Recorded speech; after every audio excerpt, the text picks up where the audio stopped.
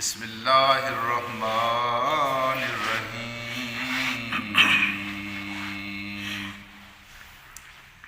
یحلفون باللہ ما قالوا یحلفون باللہ ما قالوا وَلَقَدْ قَالُوا كَلِمَةَ الْكُفْرِ وَكَفَرُوا بَعْدَ إِسْلَامِهِمْ وَهَمُّوا بِمَا لَمْ يَنَالُوا وَمَا نَقَمُوا إِلَّا أَنْ أَغْنَاهُمُ اللَّهُ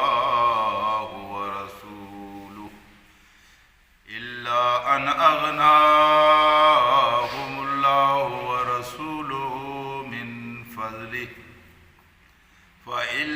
فَإِنْ يَتُوبُوا يَكُ خَيْرًا لَهُمْ وَإِنْ يَتَوَلَّوْا يُعَذِّبْهُمُ اللَّهُ عَذَابًا أَلِيمًا فِي الدُّنْيَا وَالْآخِرَةِ وَمَا لَهُمْ فِي الْأَرْضِ مِنْ وَلِيٍّ وَلَا نَصِيرٍ صدق اللہ العلی العظیم۔ رفقائے محترم، یہ ایک لمبی آیت ہے، اس کو دو حصوں میں تقسیم کر کے اس کا ترجمہ اور تفسیر کریں گے۔ منافقین کے بارے میں اللہ تبارک و تعالیٰ نے ارشاد فرمایا ہے، یہ قسمیں بہت اٹھاتے ہیں، بات بات پر قسمیں اٹھاتے ہیں، اپنے کفر اور اپنے نفاق کو چھپانے کے لیے جھوٹا آدمی قسمیں اٹھاتا ہے۔ اس لیے کہا جاتا ہے کہ جھوٹے ہوتے ہیں بہت قسمیں اٹھانے والے۔ جو زیادہ قسمیں اٹھا رہا ہو، اس کا مطلب یہ ہے کہ اس کے اندر کہیں نہ کہیں کوئی کمزوری ہے، اور اللہ تبارک و تعالیٰ کی قسم کی آڑ میں وہ اپنے کردار کو چھپانا چاہتا ہے۔ ارشاد ہوا ہے کہ یحلفون باللہ وَلَقَدْ قَالُوا كَلِمَةَ الْكُفْرِ یحلفون باللہ ما قالوا، قسمیں اٹھا رہے ہیں کہ انہوں نے تو یہ بات نہیں کہی۔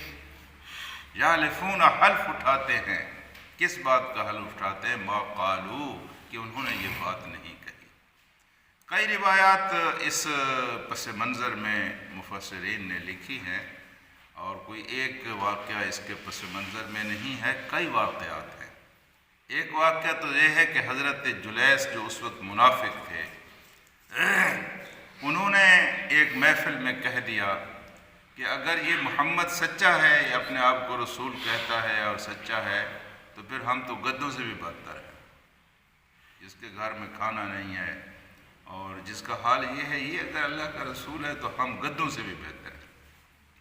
حضرت عامر رضی اللہ تعالی عنہ نے یہ بات سن لی، تو آپ نے اللہ تبارک و تعالیٰ کے رسول صلی اللہ علیہ وسلم سے جا کر عرض کیا کہ یا رسول اللہ، یہ شخص جو ہمارا دوست بنا پھرتا ہے، اس شخص نے تو آپ کے بارے میں یہ کلمہ کہا ہے۔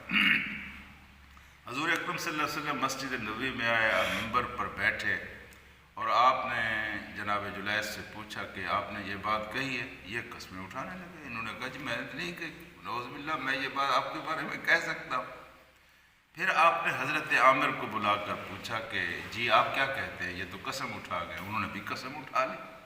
یا رسول اللہ، میں نے اپنے آنکھوں سے سنا ہے کہ انہوں نے یہ بات کہی ہے اور آپ کے بارے میں کہی ہے، میں کس طرح آپ کے بارے میں یہ غلط بات آپ سے عرض کر سکتا ہوں؟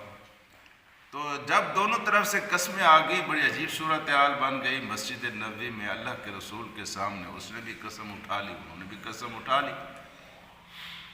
تو اس موقع پر حضرت عامر کو ایک تدبیر سوجھی۔ وہ تدبیر یہ تھی کہ انہوں نے کہا کہ اللہ، میں تیری بارگاہ میں دعا کرتا ہوں کہ ہم میں سے جو سچا ہے اس کے بارے میں اللہ کے رسول پر وحی نازل فرما۔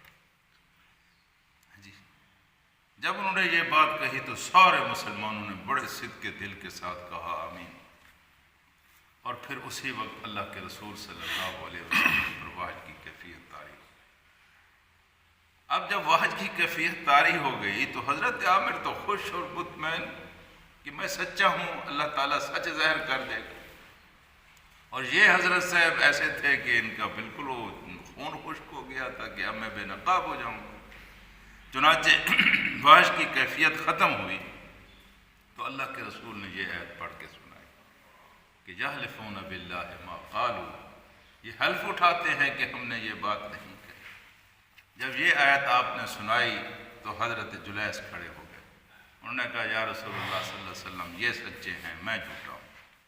لیکن اس آیت میں خود اللہ تبارک و تعالیٰ نے اس بات کا آپشن دیا ہے، اس بات کی اجازت دی ہے کہ اگر منافق توبہ کر لیں تو اللہ تبارک و تعالیٰ ان کی توبہ کو قبول کرے۔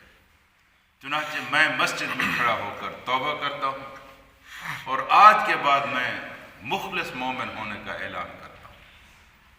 چنانچہ انہوں نے توبہ کی اور پھر جلیس سے حضرت جلیس بن گئے اور آخر وقت تک وہ صحابی رسول